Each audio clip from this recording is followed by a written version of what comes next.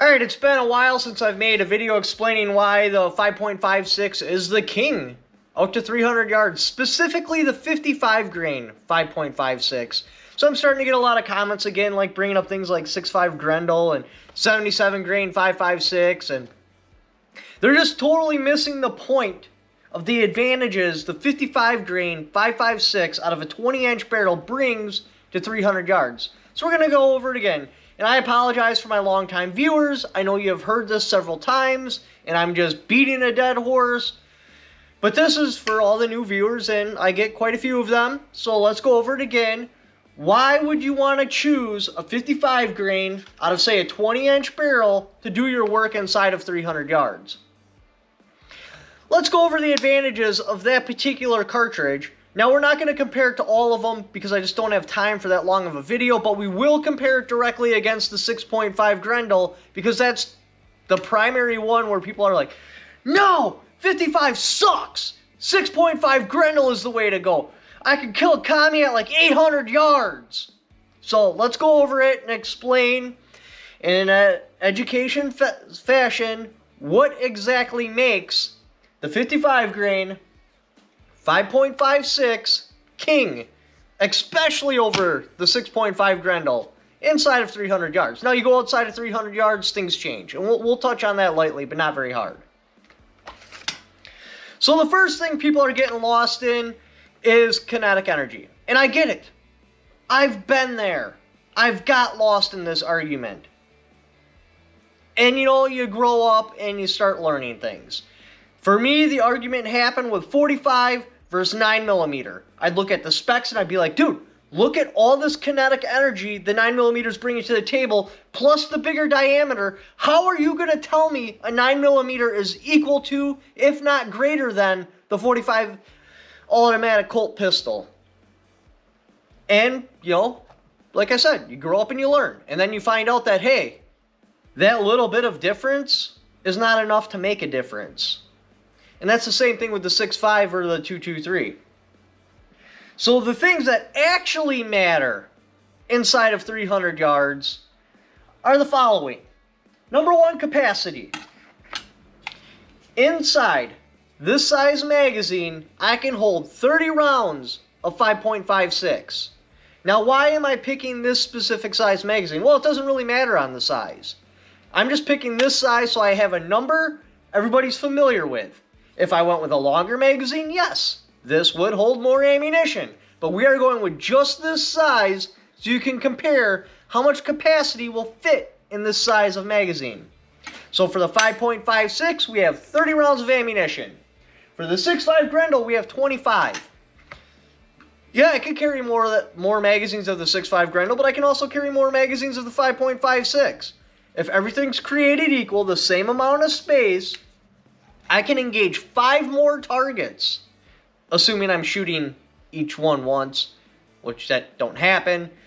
But assuming I can engage 5 extra targets, choosing a 5.56 over a 6.5 Grendel. And it's the same thing with like 6.8 SPC, 224 Valkyrie. What's another one? 224 Valkyrie. The only thing that really stacks up in capacity is the 204. But we'll get to what makes this better than the 204. So, alright, capacity, 5.56 beats, to the best of my knowledge, everything else out there. There's nothing out there that can bring more capacity to the table with this size magazine except for like the 204. Or maybe the 222, but those are just oddballs. I'm talking about stuff that's normally chambered inside of your semi-automatic package. Alright, next one.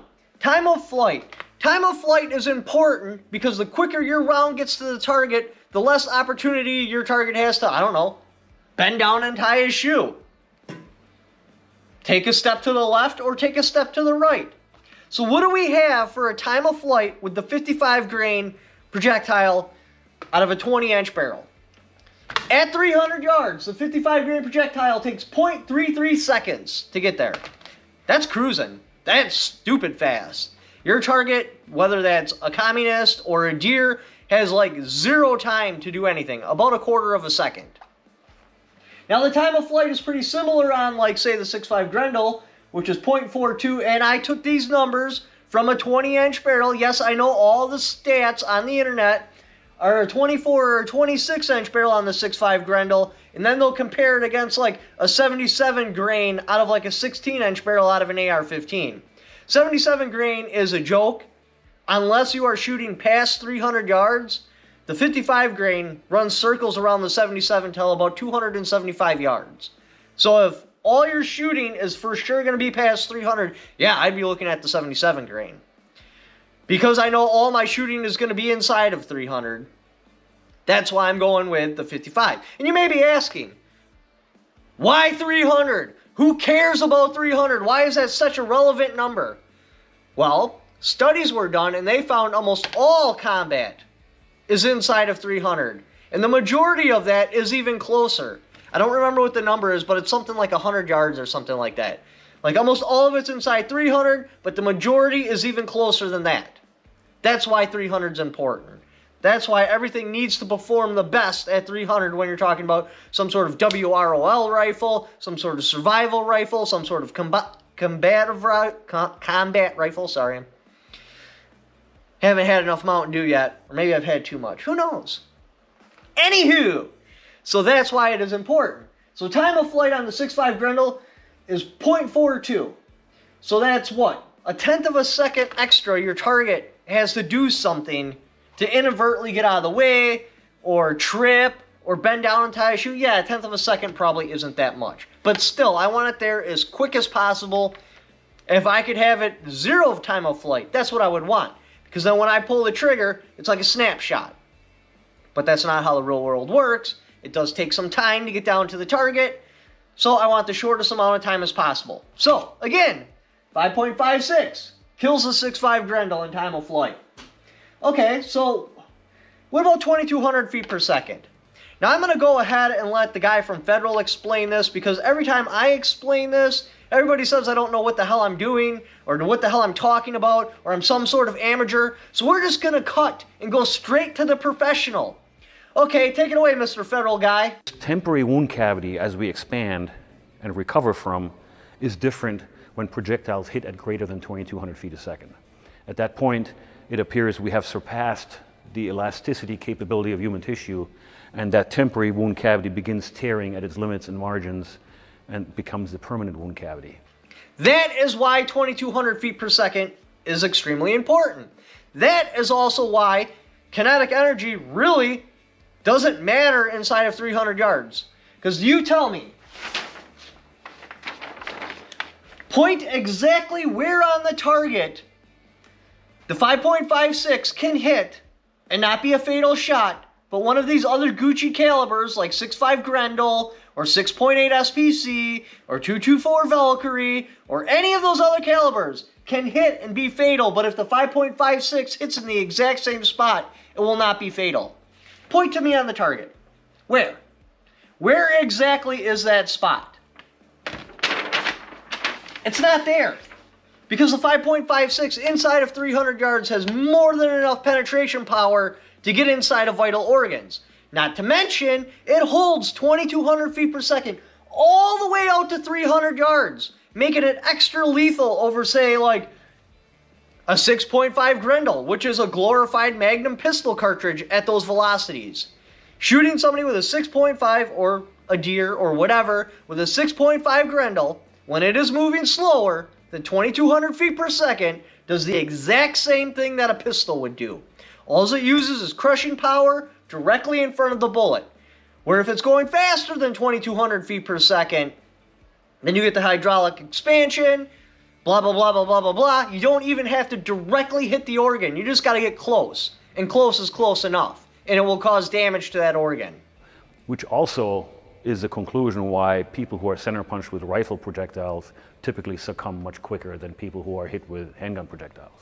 The byproduct of that also seems that when a rifle projectile at those velocities bypasses an organ, you will still have organic damage, whereas a handgun projectile needs to directly hit a vital organ to do organic damage.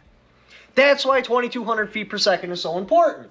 So, where exactly does the 55 grain hold 2,200 feet per second? That would be right out to 300 yards. Oh, amazing coincidence. That just happens to be the range I want to excel at. 0 to 300. Wow, the 55 grain, 5.56 out of a 20-inch barrel. This particular rifle right here holds it right out to 300 yards. Amazing. Well, what about the 6.5 Grendel? 100 yards. And remember, that's out of a 20-inch barrel. Now, you'll go on the internet and you'll find stats that'll say like 200 and shit like that, but look at the barrel size. It's like 24, 26. We're talking about a 20-inch barrel because if you go longer than a 20-inch barrel, you're losing maneuverability. Okay, so we got that down. What about drop? Why is drop important? Because if I'm aiming at something and I guesstimate the range wrong, it's not going to hit exactly where I want to. Now, I get it. Ideally, you would zero this at 25 meters, so the drop at 300 would be 0. You would be point of aim, point of impact. And then at 150, around 100 meters, you would be about 4 inches high. Should have brought a tape measure over here. We'll say that's about 4 inches. So yeah, if you're aiming right here, you're going to miss. You're going to shoot over top of the target. But typically you go center mass. I want the least amount of drop possible at 300, so if I call my range wrong, I'm still going to hit my target. We have, now again, you can zero this for 25, and then I'll have 0 drop at 300, but we're going to pretend I zeroed this at 100 for some reason. Actually, this particular rifle is zeroed at 100 just because I want to run a drop card and have a more accurate shot, and it's in a national match configuration. So this rifle, at 300, I will be down 3 MOA. That's 9 inches.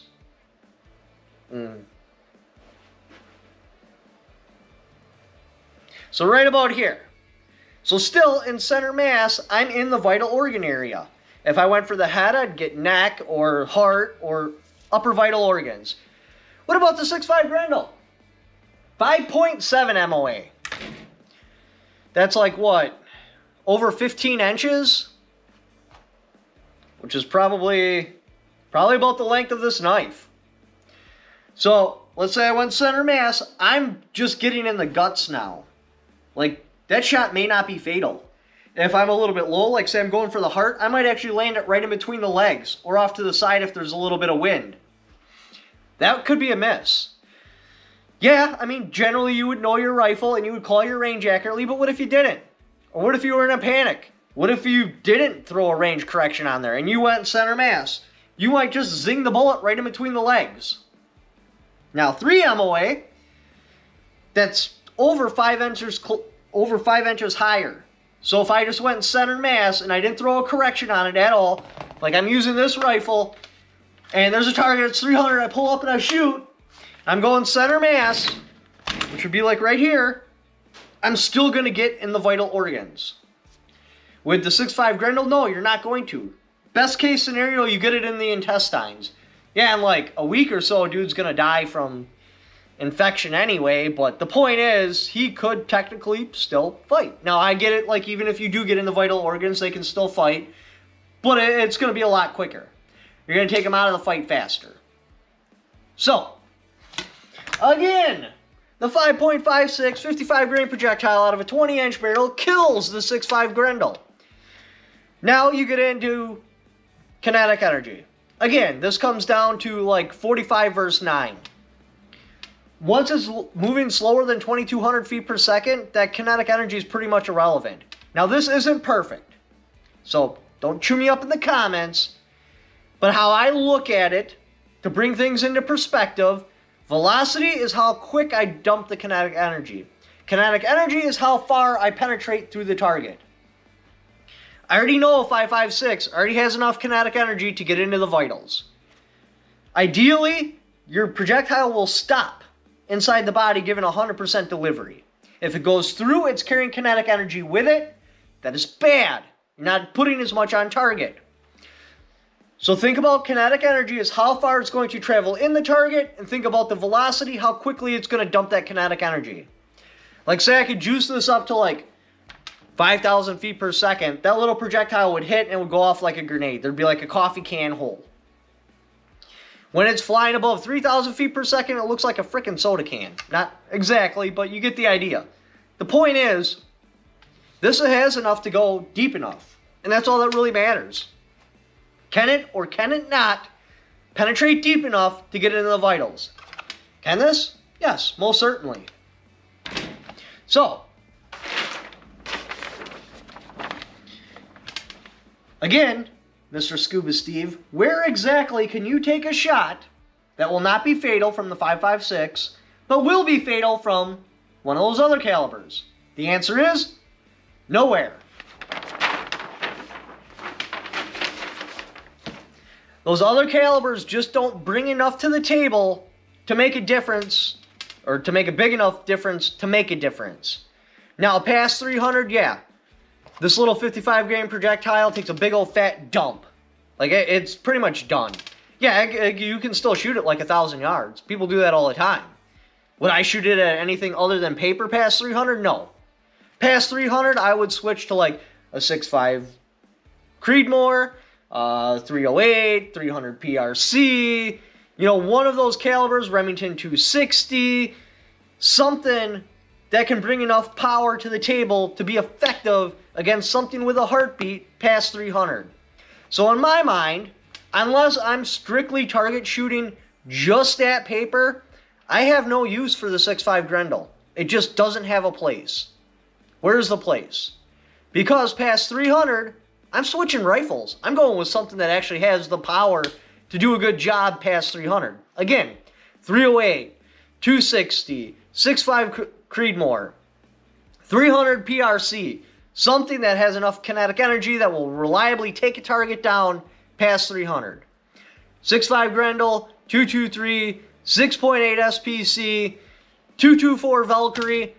Yeah, they can go that far. They can. They can do that.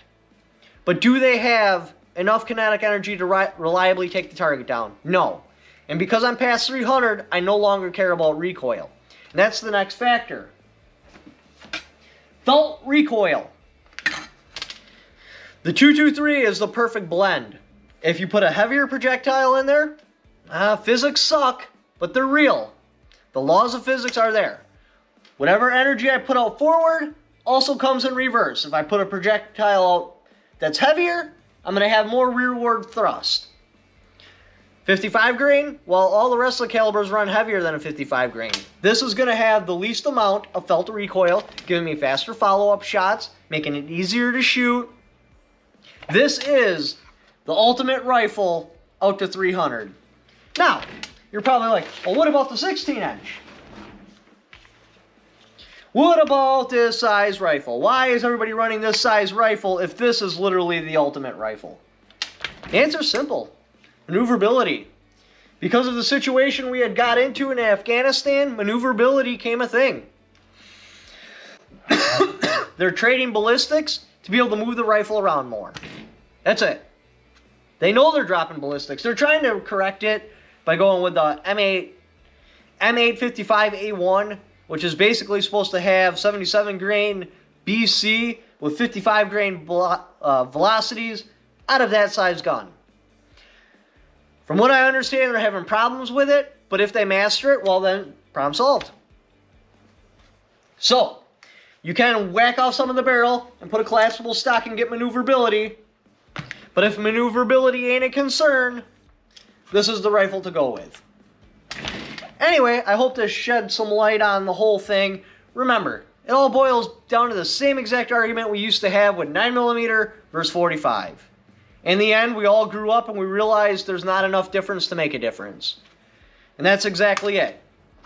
When you compare something that must fit in this side of the magazine against the 55 grain projectile, and you're limiting your range to 300, which I recommend you do. If you're going past 300, you need to upgrade to a bigger size magazine, AR-10 size. But inside of 300, there's nothing that I know of that has the right blend that gives you the best performance out to 300 as the 55 grain M193. Yeah, 204 you'll get more velocity, but you don't have the BC to hold that velocity. Then you can go to like a 6.5 Grendel, which gives you the BC, but then you don't have the as much initial velocity. And you got 224 Valkyrie, all the trade-offs. When you weigh all the trade-offs out and you spread them all across the board, and you're looking at it realistically, inside of 300, M193 is the king. There's nothing else that touches it. Nothing at all. Push it outside of 300, well, now you need to go to a totally different size action anyways. You need to go to AR-10. Anyway, thank you for watching. This video wasn't educational. I hope it was at least entertaining.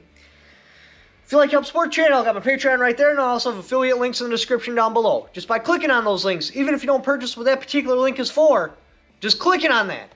Doing the Amazon shopping you were already going to do anyway. A little kickback for it because you came there off my channel. Thank you for watching. Don't forget to subscribe.